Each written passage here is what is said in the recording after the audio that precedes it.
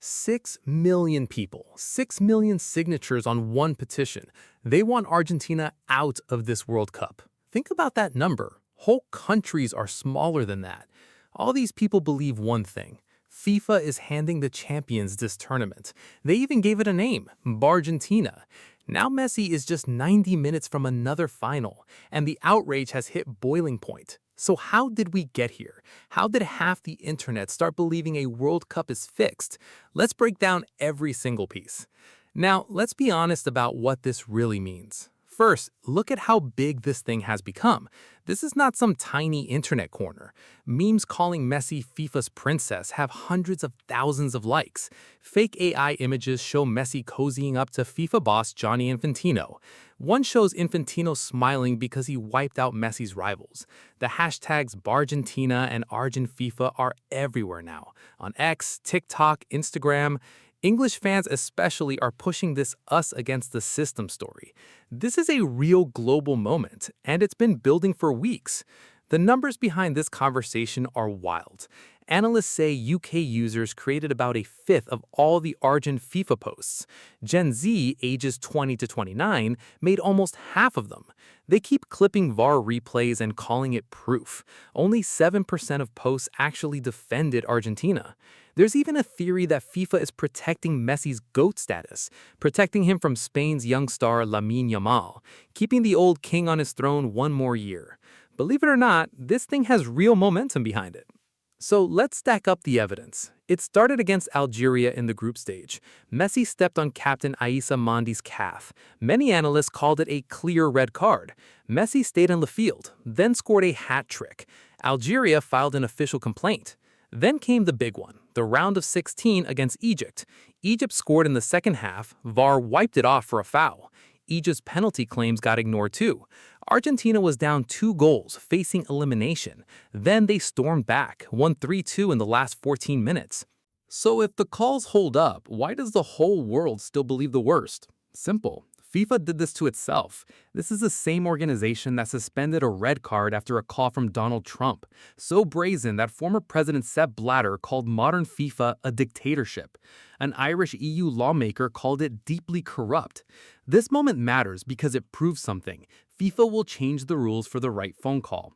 American striker Fuller Balogun had his ban lifted after Trump called Infantino directly. Once fans see FIFA bent for a president, why would they trust it not to bend for its favorite team?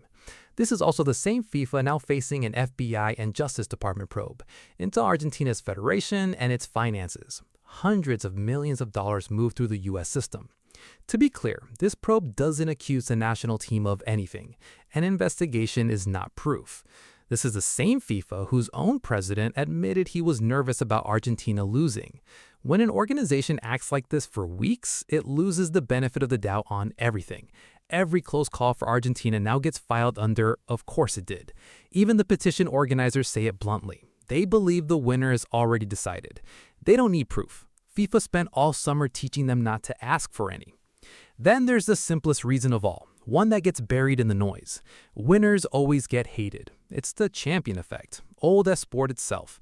Win too much, and everyone starts rooting against you. Argentina has rivalries with Brazil, England, half of Latin America, and the most watched player alive wearing the armband. They were always going to be the target. Every close call with Messi gets replayed a million times simply because it's Messi. There's another layer too. Much of the world still sees everything through the Messi versus Ronaldo lens. With Ronaldo's Portugal already out, some fans believe FIFA is quietly pushing Messi toward one final crown to settle the GOAT debate for good. Add in Argentina's rivalries with Brazil, Uruguay, Chile, Colombia, Mexico, decades of bad blood, and every fan base has its own reason to jump on the bandwagon. Argentina against the world isn't just a meme. For this team, it's basically the job. Here's what both sides of this argument keep missing. Argentina is genuinely, ruthlessly good. This is a 4-year project built on chemistry and nerve. A team that just beat England with 2 pure Messi moments of magic, not a phantom whistle. Even analysts who question the conspiracy point to the boring truth. This is a settled group that's run the same system for years, built on a winning mindset drilled in since childhood. That, more than any imagined help, is what wins knockout football. You can believe they got lucky all tournament and still believe they're a completely worthy finalist. Both can be true. The real shame is FIFA has made it almost impossible to just enjoy this, the final dance of the greatest player ever. FIFA poisoned its own well so badly that even a clean win now gets an asterisk in millions of minds. So on Sunday, Messi and Argentina face Spain for the biggest prize football.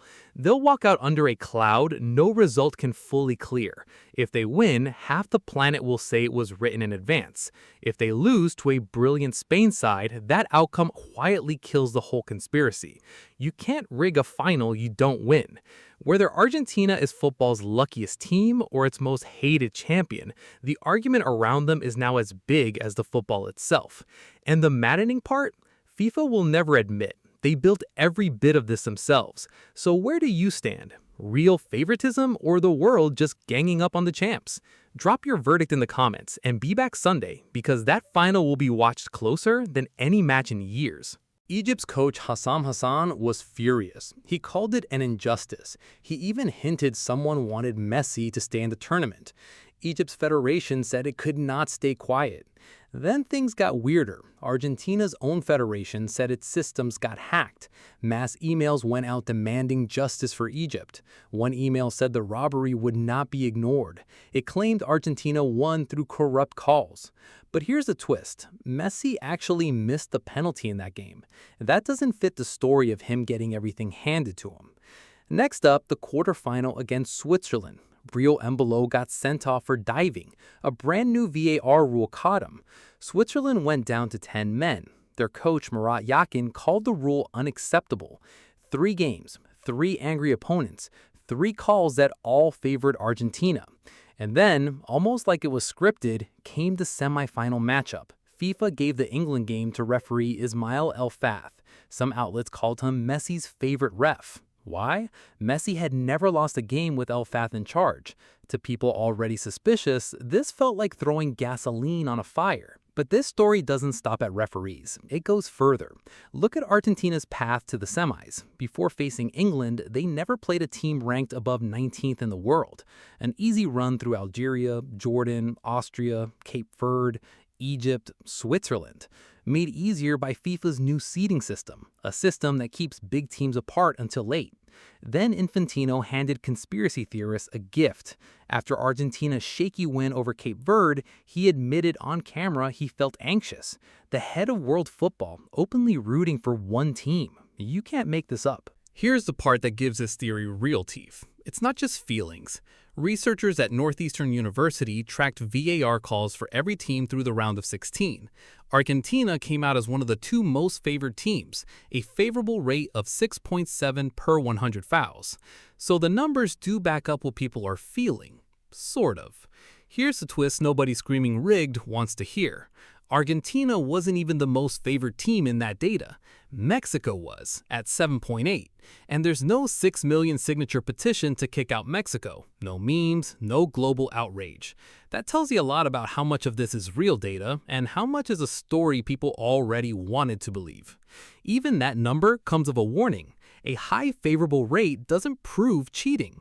A team that fouls less or plays a style that draws close reviews will naturally score higher. Numbers can feed a story. They don't prove one. Now, let's take this seriously. The easy version is a fun lie, and I won't sell you a lie. Go through those calls one by one. Most hold up. Christina Unkel, a former FIFA referee, reviewed the tournament. She said nothing in the Algeria or Egypt games looked like bad officiating. Embolo really did dive. The Egypt foul really was a foul by the rulebook. FIFA's referee chief Pierluigi Collina says every call was consistent. That easy argument fell apart the moment Argentina had to beat England, the fourth best team on earth. And here's a fact. This is the first time ever all four top-ranked teams reached the semis together. So the best teams really did rise up. And on the biggest claim, that this whole thing is fixed, there is a mountain of suspicion and zero real proof. As Colombian journalist Mario Aragochi put it, I don't reject the idea that a degree of corruption exists in football, but that is a universe away from evidence of a plot to hand Argentina a trophy.